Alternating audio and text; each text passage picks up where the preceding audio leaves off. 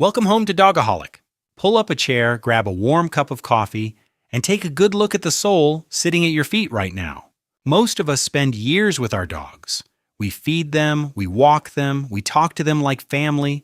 Some of us let them take over the couch, the bed, and half our daily routine.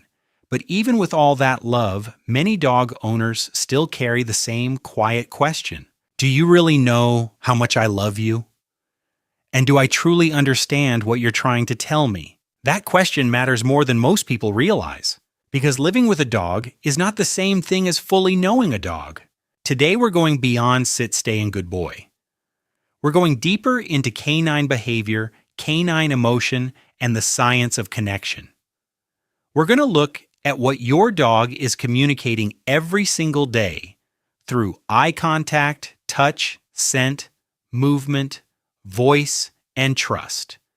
We're going to talk about why a walk is never just a walk, why petting can either soothe or overwhelm, and why some of the strongest moments of bonding don't happen during training at all. By the end of this video, I want you to see your dog differently. Not just as a pet, not just as a companion, but as a partner, one who has been speaking to you all along and waiting for you to meet them halfway. Let's start with the invisible biological bond between you and your dog. Let's start with the invisible thread between you and your dog. That bond is not just sentimental, it is biological. When you and your dog share a soft, relaxed gaze, both of your brains respond. Researchers have found that this kind of mutual eye contact can trigger the release of oxytocin, the hormone associated with attachment, trust, and emotional bonding. It is the same chemical system strongly associated with maternal bonding in humans. In one widely cited study, oxytocin levels rose significantly in both dogs and their owners after affectionate gaze interaction. 1. Now here's the important part. Not all eye contact feels the same to a dog. A hard stare can feel confrontational, pressure, a challenge. But a soft gaze, relaxed eyes, a gentle face, calm body language communicates safety. That's one of the first great lessons dogs teach us. Connection is not force. It is invitation. So when your dog looks at you with that softened expression, that little squint, that stillness in the face, they may be doing far more than just looking your way. They may be participating in one of the deepest forms of social bonding their species can share with ours. And if you've ever felt that your dog has a look they reserve only for you, you're probably not imagining it. That look may be trust in its purest form. Now let's talk about touch, because the way you pet your dog matters more than most people realize. Now let's talk about touch. Think about the last time you reached to pet your dog. For many people, the hand goes straight to the top of the head. It's common. It feels natural. But from a dog's point of view, a hand coming from above can sometimes feel intrusive, especially if the dog is uncertain, sensitive, or already aroused. Dogs, like humans, respond differently depending on how touch is delivered. Slow, calm, predictable touch tends to be far more soothing than quick, repetitive patting. Research on affective touch shows that gentle, slow stroking is especially associated with calming and social comfort, while the exact receptor language often gets oversimplified online. The practical lesson is sound, slow, gentle touch is generally more regulating than abrupt contact. If you want to help your dog relax under your hand, try shifting away from the head and toward areas that many dogs find easier to receive, the chest, the sides of the neck, the shoulder area, or the base of the ears. Move with the direction of the fur. Slow down. Let your hand become steady instead of busy. Watch what happens. The jaw softens. The eyes get heavier. The breathing slows. And sometimes, if you're really getting it right, the dog leans into you. That lean is not nothing. It often means, I trust this. I trust you. Keep going. A dog who leans into your touch is not simply enjoying contact. They are participating in it. That's the difference between touching your dog and truly connecting with your dog.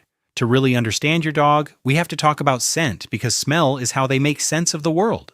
Humans tend to think of walks in physical terms: exercise, cardio, burning energy, getting the dog tired. Dogs do not experience a walk that way, not primarily. For a dog, a walk is information. It is investigation. It is social awareness. It is mental mapping. Depending on breed, dogs may have up to around 300 million scent receptors compared with roughly 5 to 6 million in humans. The parts of the canine brain devoted to processing smell are also dramatically more developed than ours. 3. That means when your dog stops to sniff a patch of grass, a tree, or a fire hydrant, they are not doing nothing. They are gathering data.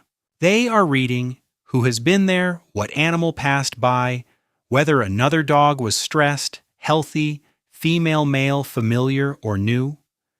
In a very real sense, they are checking the local news. So when we rush them from one scent to the next, pulling the leash tight and insisting on our pace, we may be cutting them off from the very activity that makes the walk meaningful. This is why sniff-focused walks can be so powerful. Call it a sniff walk, call it a sniffari, call it what you want. The principle is simple: let the nose lead for a while. Let the dog linger. Let them investigate. Let them finish the sentence they are trying to read in the world.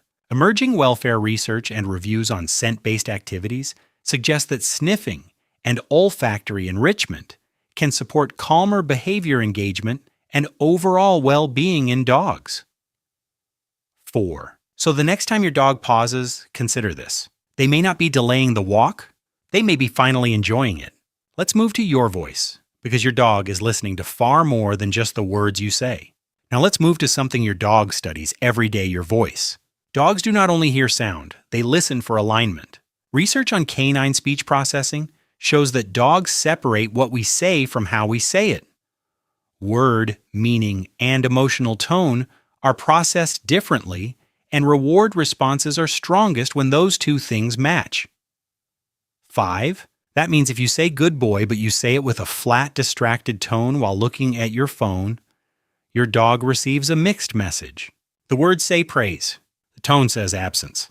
And dogs are unusually good at noticing that gap. This is why tone matters so much. A warm, upbeat, animated tone tends to work best for praise. A slower, lower, steadier tone often works better when trying to calm a dog who is overstimulated or uncertain. But more than pitch, the real key is sincerity. Presence matters. Dogs are experts in emotional congruence. They know when your body is tense. They know when your voice is rushed. They know when your mind is somewhere else. To your dog, your voice is more than noise. It is a nervous system signal. It can tell them the world is safe. It can tell them you are with them. It can tell them they are home. Even in a comfortable home, your dog still carries ancient instincts, and those instincts still need an outlet. Your dog may live in your living room, but part of them still comes from a long line of hunters, trackers, problem solvers, and working partners. That ancestral wiring matters. A modern dog may not need to hunt dinner, but many still need to do something with their brain. This is where many well-meaning owners accidentally leave a major need unmet. If every meal is served in a bowl and swallowed in under a minute, your dog gets calories but not challenge. They get fullness but not fulfillment. That's why simple forms of cognitive foraging can make such a difference. A snuffle mat, a puzzle feeder, food scattered in grass, treats hidden around the room, even a cardboard box with safe items and kibble tucked inside. These activities activate problem-solving scent use persistence and natural seeking behavior. And when dogs are allowed to work for food in species-appropriate ways, they often appear more engaged, more settled, and more emotionally satisfied afterward. 4. In those moments, you are no longer just the person who delivers the bowl. You become the person who makes life interesting. You become part of the adventure, and that matters. Here's one of the simplest things you can do to deepen trust, and it doesn't cost a thing. Now let's get to one of the simplest and most overlooked bonding tools there is. Sit on the floor. That's it. No commands. No treats. No agenda. Just lower yourself into their world. Humans spend most of their time towering over dogs, standing, reaching, directing, looming. We do not usually mean to be intimidating, but height carries social weight. For many dogs, especially sensitive or cautious ones, a human above them can create subtle pressure. When you sit on the floor, that pressure changes. You become less imposing, less performative, less demanding. You are no longer asking the dog to come into your world on your terms. You are stepping into theirs. And when you do that, something remarkable often happens. A dog may come closer, or maybe not right away. They may circle once lie down nearby, glance at you, then look away, or settle with their back partly turned. To an untrained eye that can look indifferent, it isn't. Very often it is trust. A dog that rests near you without needing constant interaction is telling you that your presence is enough. A dog that lies down and relaxes beside you may be saying, I do not need to stay guarded here. That kind of passive proximity is powerful. Training builds communication. Shared stillness builds security. And security is where the deepest bond lives. So how can you tell if your dog truly trusts you? The answer is they're already showing you. So how do you know if the bond is deepening? Your dog is already showing you. You just need to know what to look for. The belly reveal. A dog rolling onto their back is often interpreted as a request for belly rubs. Sometimes it is. But often it is even more meaningful than that. Exposing the belly is a vulnerable posture. It can signal comfort, trust, and a sense of safety in your presence.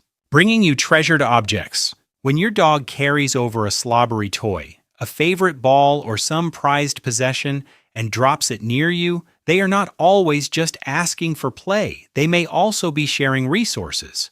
In social terms, that is significant. It suggests you matter enough to be included in what they value. Looking to you after a scare. One of the clearest trust signals appears after something unsettling happens. Thunder a loud vehicle. A strange sound outside. If your dog checks in with you and then settles faster because you are there, that says something profound. You have become a secure base. That is one of the highest compliments a dog can give a human. Not you entertain me, not you feed me, but when the world feels uncertain, I look for you. Final thoughts becoming your dog's person. At the end of the day, your dog is not measuring your love by the price of the bed you bought, the brand of the treats in the pantry, or how many toys are piled in the corner. Your dog measures love in a different currency. Safety, predictability, respect, attunement, time. Trust is not something you demand from a dog, and it is not something you install with obedience alone. It is built slowly, on a walk where you let them sniff, in a quiet moment where you choose the chest instead of the top of the head, in the tone of voice you use when they need reassurance, in the puzzle you set out before dinner, in the moment you sit on the floor and ask nothing from them at all. Brick by brick, these moments tell your dog who you are. And when you begin respecting their boundaries, listening to their signals, and honoring the reality of what it means to be a dog, something changes. You stop being just a caretaker. You stop being just the person with the leash. You stop being just the one who fills the bowl. You become their person. And for a dog, that is everything. So before you go, ask yourself this: what is one small change you're going to make tonight?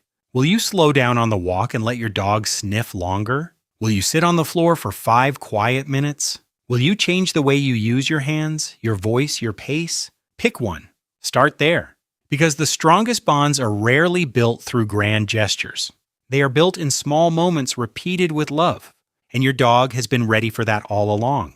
If this video helped you understand your dog on a deeper level, make sure you subscribe to Dogaholic and join us for more honest, thoughtful conversations about the canine mind and the human heart connection behind it. This channel is for people who don't just want a well-behaved dog, they want a real bond. A bond built on trust, respect, and everyday understanding. So if that sounds like you, hit the like button, subscribe, and turn on notifications so you don't miss what's next. And before you leave, drop a comment below and tell us one small thing you're going to change after watching this video. Maybe it's a sniff walk. Maybe it's 5 quiet minutes on the floor. Maybe it's simply slowing down and seeing your dog with fresh eyes. Whatever it is, share it with the Dogaholic community, because better dogs start with better understanding, and better understanding starts here.